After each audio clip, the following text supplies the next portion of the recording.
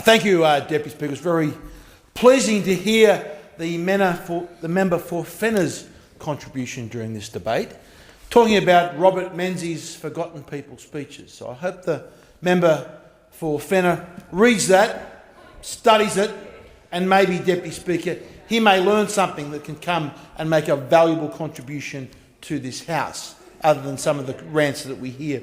Now, Deputy Speaker, when we talk about housing affordability, and I'd like to congratulate the member for Denison for moving this motion, because, honourable member, you are correct.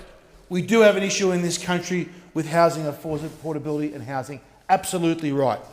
When you have to look at some of the recent numbers, the median house price in Sydney is currently over $1 million. It's $1,180,000 as the median price in Sydney. In Melbourne, the median price is over $900,000. Now, if we make some comparisons about that in the USA, we look at places like San Antonio in Texas. The equivalent median house price there is $357,000, and that's Australian dollars. That's a third of the price of the median price in Sydney. Austin, Texas, the equivalent of $446,000 Australian. Houston, Texas, $399,000, the equivalent Australian dollars. Dallas, Fort Worth, $485,000. So we can see how the cost of housing in this country, Deputy Speaker, has got out of control for the average Australian. And we ask why? The simple reason, Deputy Speaker, is it goes back to those old equations between supply and demand. During the Howard years, we had an average rate of migration of 100, around 100, 110, 120,000. And even then, Deputy Speaker, we were struggling to keep up the supply of housing for that rate of migration. Now, I'm not saying migration higher or lower. All I'm saying is whatever rate that we have, we've got to make sure that we match that with the housing starts. But we saw during the first years of the Labor government, instead of 100,000 that we've been used to for the 10 years before, in 2007, we had a net migration rate. It was kicked up to 244,000. In 2008, it was kicked up to 315,700. And in 2009, we still had 264,000. So in those first 3 years of the previous Labor government, we had a net migration rate of 806,000 people. Now, I'm not saying that's good or bad, Deputy Speaker. The problem that we didn't build the number of houses to house that people.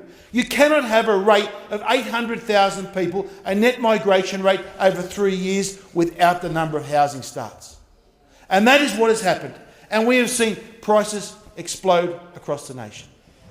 And for the average Australian, it is a false economy to think that your house has gone up in price, because all that means is the gap is bigger if you want to upgrade, Deputy Speaker. So for most Australians, the increase that we have seen in housing costs hasn't benefited only a small number of people. Now, we hear the policy prescriptions, Deputy Speaker. The Coalition, as the Minister said at the table here, we are working on a suite of policies to tackle this housing affordability issue. But what do we hear from the Labor Party? The old chestnut they dig up, the class warfare rhetoric. They want to tackle so-called the problems of negative gearing. Well, we saw what happened, Deputy Speaker. We saw exactly what happened when Labor tried this policy before. We remember when Paul Keating did it. We have to tackle negative gearing, this horrible thing. And what happened, Deputy Speaker? Prices of rents went through the roof in Sydney. Where demand was tight and you got rid of negative gearing, all that has happened is people didn't invest in investment housing that is needed for people that are renting and choose to rent, and that put rents through the roof. Again, a typical Labor policy that causes more harm than it does good. That is exactly what the Labor policy would cause. In contrast, Deputy Speaker, I'm glad to see that we are doing many things, and I'm especially glad that we are seeing we're doing something in superannuation. When I first started to work, Deputy Speaker, superannuation was only 3%, and when I was able to put some of my income away for a deposit for a house, rather than the government tell me what I had to do to put it into some compulsory account where people would take fees and charges out. We are enabling young Australians to put $15,000 in a year, a $30,000 maximum to put into their super that they can use for their housing. We need more of this, and we need to work on this issue in a bipartisan way.